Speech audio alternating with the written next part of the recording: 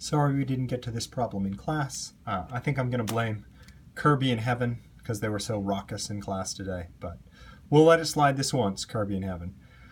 Zachary wants to buy a rug for a room that is 12 feet wide by 15 feet long. He wants to leave a uniform strip of floor around the rug. He can afford to buy 108 feet of carpeting, square feet of carpeting. What maximum dimensions could the rug have? Okay, so let's sort of think about this diagrammatically.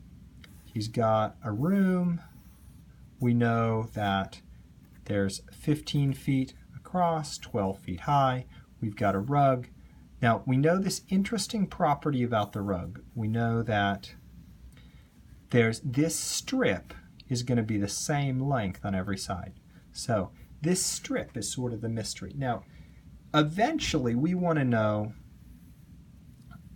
this dimension and this dimension. But notice if you used L and W there, length and width, that would be fine, but then you'd have two variables, whereas if you just labeled this gap as X, let's say that gap is X, notice that what would be the width of the rug there? Well, the rug would be the 12-foot room minus X minus another X, so it would really be 12 minus 2X. And here I'd have the length of the rug would be 15 minus X minus another X, so 15 minus 2X. With that, now you've got one variable. Now I can calculate the area of the rug, which is supposed to be 108 square feet, as 15 minus 2x times 12 minus 2x. Now, I've got to expand all that, obviously. 108 equals, let's see, 15 times 12. If you're doing this in your head, factor that as 2 times 6. 15 times 2 is 30, then times the 6 gives you 180. Let's see, then 15 times negative 2x, negative 30x. Then negative 2x times 12, negative 24x, plus 4x squared, multiplying negative 2x times negative 2x. Now let's gather those like terms and reorder on the right, just to make sure we're neat and tidy. I'll put the x squared term first, then I'll combine these, negative 54x plus 180. Then I'm going to gather like terms across, so 0 equals 4x squared minus 54x plus 72.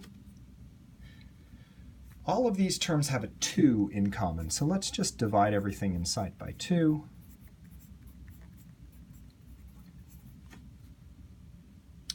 Now, you could use the quadratic formula, or you could try to factor. If you factor, it's got to be 2x and x. Now, what two things could multiply to 36 but add to negative 27 after you multiply 1 by 2? Well, first off, they've both got to be negative.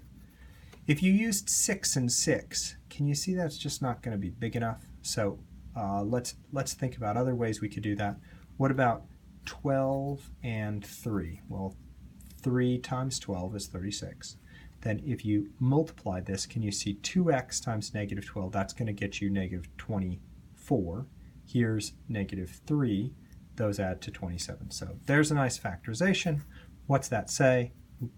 3 halves x is equal to 3 halves would make that 0. X equal to 12 would make that 0. Okay? Well, what about those solutions? Do those make sense here? If this gap is 3 halves of a foot, I guess life is grand. You've got 12 minus 3 halves minus another 3 halves. So 12 minus 2 times 3 halves.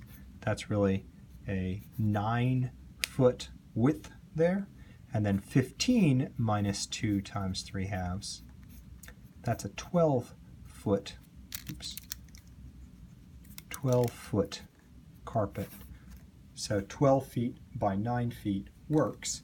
If your x was 12, can you see that 12 minus 2x would be a negative number? So this is not actually a real solution. That's your only solution.